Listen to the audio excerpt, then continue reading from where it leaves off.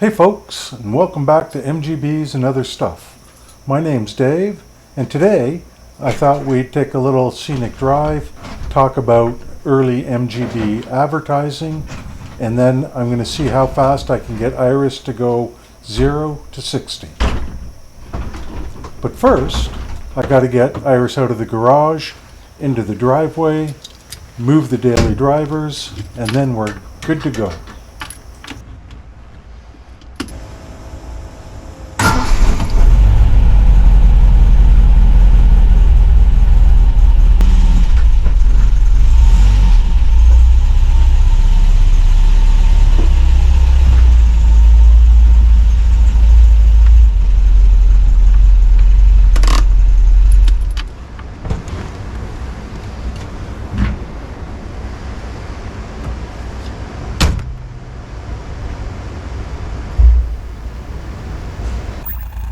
So lately I've been interested in vintage MGB advertising for early MGs. So today I'm going to call this video A Busier Bee in Her Bonnet, and I'm going to put Iris, my MGB, to the test of some of these advertising claims.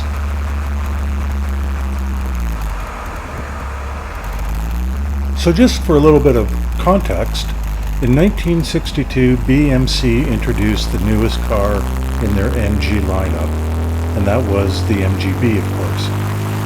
And it was really meant as a replacement for the MGA, which had, I think, about a 7-year run from 1955 to 1962.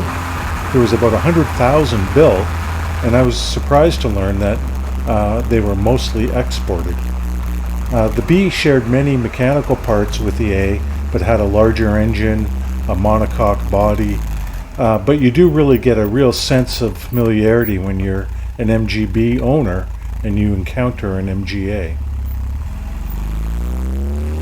So there's a nice little park up ahead that I'm going to pull into, and then we're going to look at some of these advertising claims. There's about 10 of them altogether, and they range from windows and trunks and how spacious it is to occasional rear seating. And then after we look at some of those, I'm going to have some fun and do a 0 to 60 test. So I'm going to make 3 passes and see how fast I can get Iris to go from 0 to 60. You may have noticed that old tractor that we drove by. I've got a very fond place in my heart for old tractors. I've worked on lots of farms, tobacco farms, fruit farms, nurseries, and always surrounded by old tractors, and I just love them. And that one happens to be almost the perfect color. You may have noticed that I've published a YouTube short called The Joy of Driving, and in that video I flashed images of some brochures, and that's really what got me started on this video. Also, with those shorts, I'm allowed to use music without having to worry about copyrights, and so I hope you are enjoying the shorts. You may notice, though, that they're not all to do with MGBs. Anything that is an MGB topic will have MGB in the title.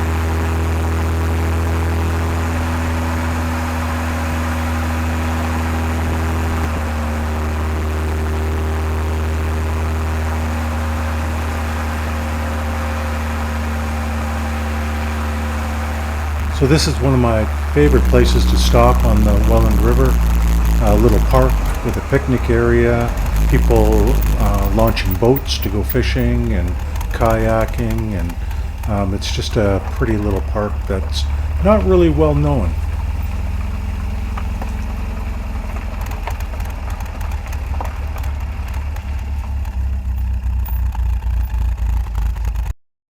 Today I thought we'd poke a little fun at MGBs. Now I find there's a lot of amusing things about these cars, especially when it comes to the early advertising. So today I thought we'd put some of that advertising to the test.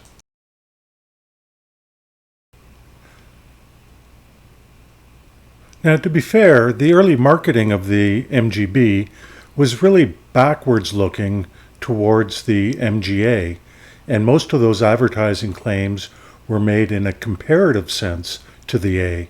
So I'll point these out as along the way. The MGA ended production in 1962, really to make way for the MGB. And there was a lot of cosmetic similarities between the two, with the badging and some of the styling. But the biggest difference was that the MGB had a monocoque body, while the MGA used the traditional frame and chassis. And of course, the second big change was the engine. MGA started out with a 1500cc, and the MGB came with an 1800cc. And that brings us to our first advertising claim: a busier bee in her bonnet. Well, of course, this is for sure true. The early MGA had a 1500 cubic centimeter engine with a max of about 72 British horsepower. And there was also a 1600 and a bored out 1600 that would deliver up to about 90 British horsepower. I think there was also a twin cam arrangement as well. I'm not too familiar with that one though. The MGB's engine was upgraded to an 1800 and had a displacement, of course, of 1,798 cubic centimeters with a horsepower rating of about 95. Early B engines had a 3-bearing main, and in 64 that changed to a 5-bearing. My car engine is not original to the car, and it has a 5-bearing main and is probably out of a 65. And that brings us to number 2, which is her windows wind up and down. In today's world, that seems like a ridiculous selling point, but up until the 60s, I guess, many roadsters and sports cars didn't have roll-up windows that were inside the doors. And again, with reference to the MGA, the standard model came with detachable side screens, or called side curtains, and they'd be stored in the boot. And when you wanted to put them on, you'd have to take them out and actually install them. Some of them had little folding mechanisms, others had little sliders in them. So the MGB had standard roll-up windows and also, as standard, featured hinged quarter lights. That brings us to number 3, wide visibility curved windscreen.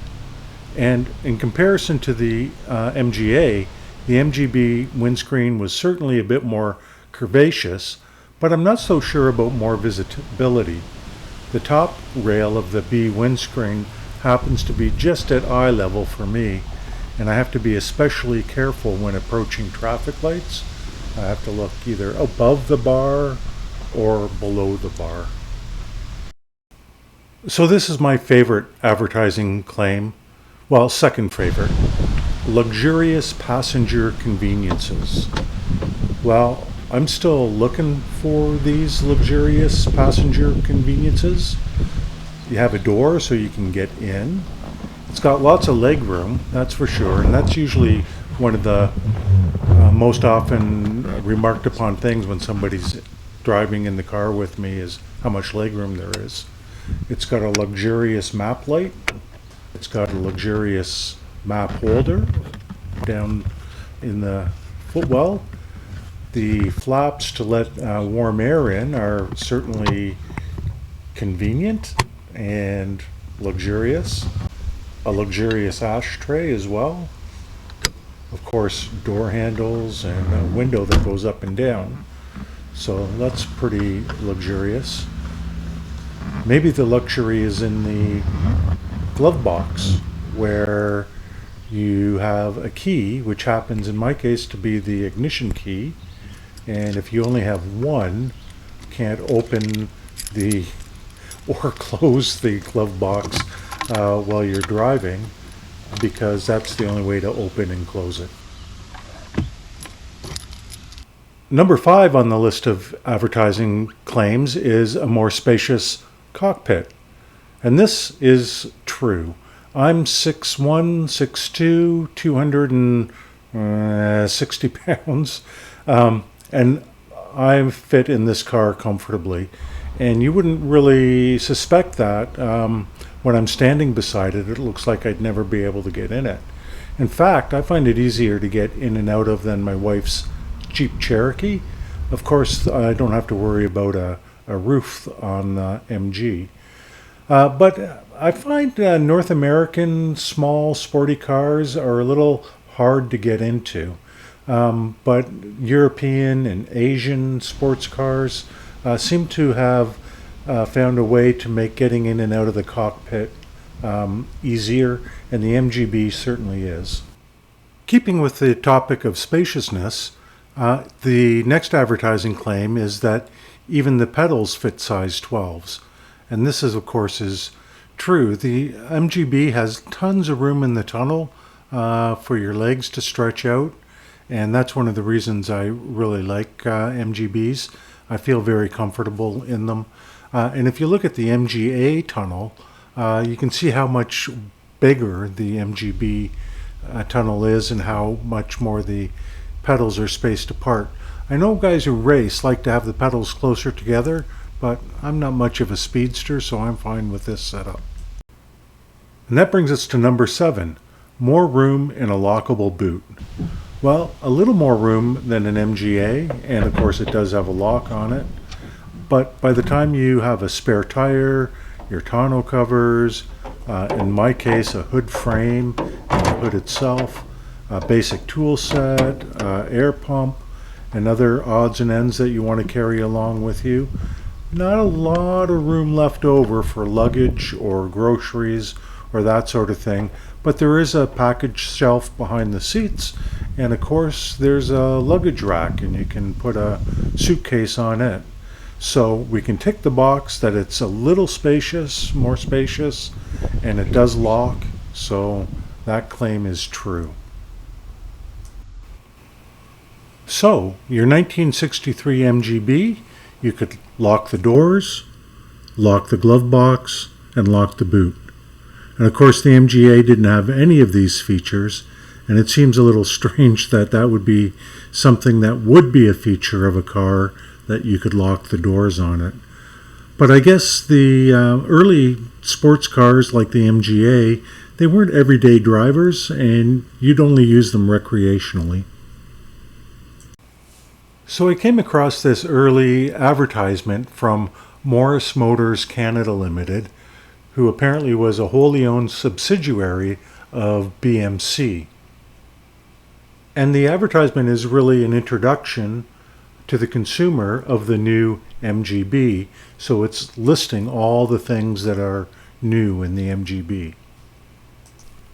And of course my favorite is the new feature that it has occasional rear seating, and that's the measure of the MGB's new space.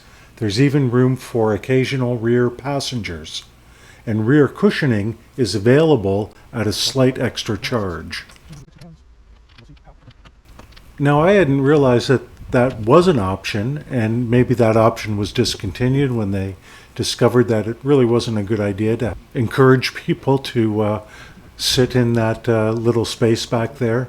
But anyways, I'm going to put this guy to the test, and I'm going to leave the seats in their normal position, and because if I was driving, that's where I would need to be in my seat and with my seat back as far as it'll go, and we'll just see if there's enough room for a passenger like me in there.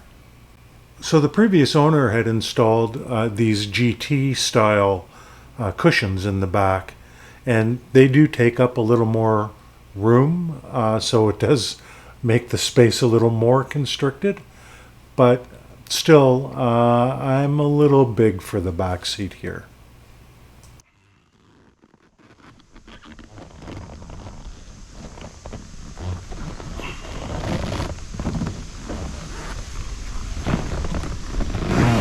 One seat back? No. I don't think so. Maybe for a dog or a newborn, but seriously, who would do that in a car like this? So I'm going to call this claim not realistic.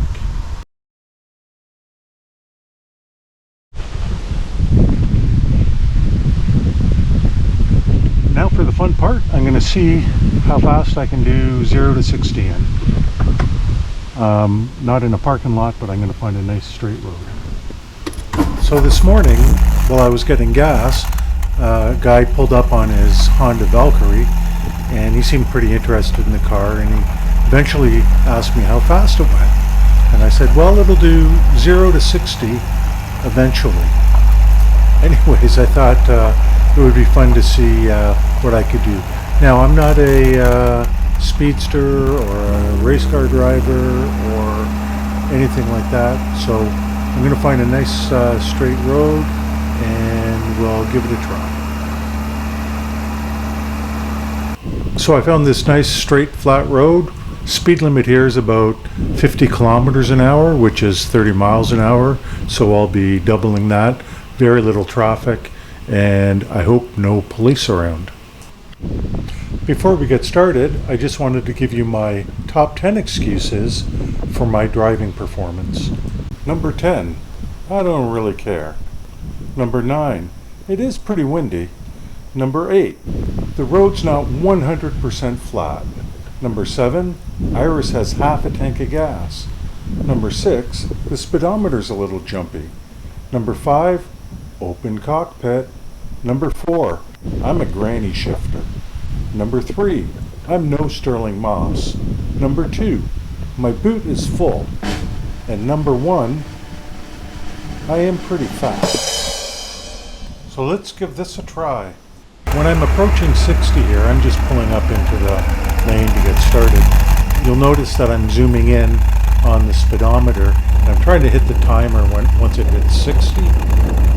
When I look at it, it looks like I'm just a fraction before 60, but I'm taking the time anyways because it is a little faster than it probably was. I also tried to sync the stopwatch to the video itself, so there's probably some inaccuracies there, but close enough.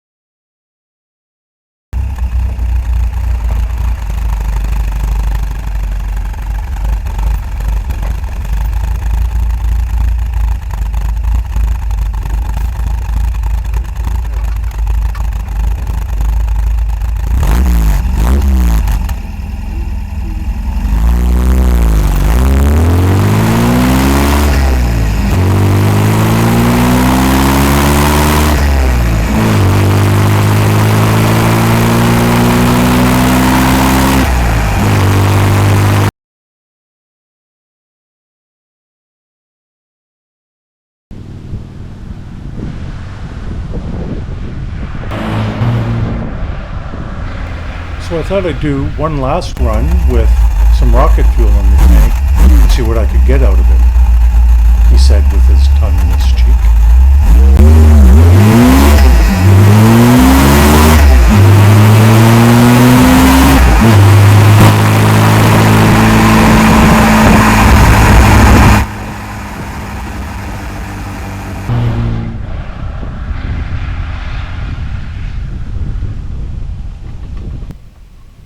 Well, that's it for me today, folks. Time to head home and put Iris to bed.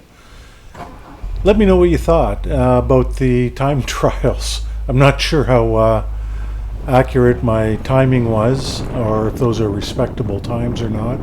I'd always thought, between 11 and 13 seconds would be good for an MGB that's unmodified, but I'm not sure. So let me know what your experiences are.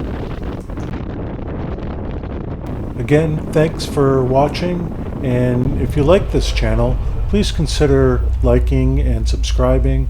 Comments and questions are welcome. I try to answer them all, and I actually, I say this all the time, but I really enjoy reading the comments. I learn a lot from them, and it opens new avenues of interest for me. So until next time, octagonally yours.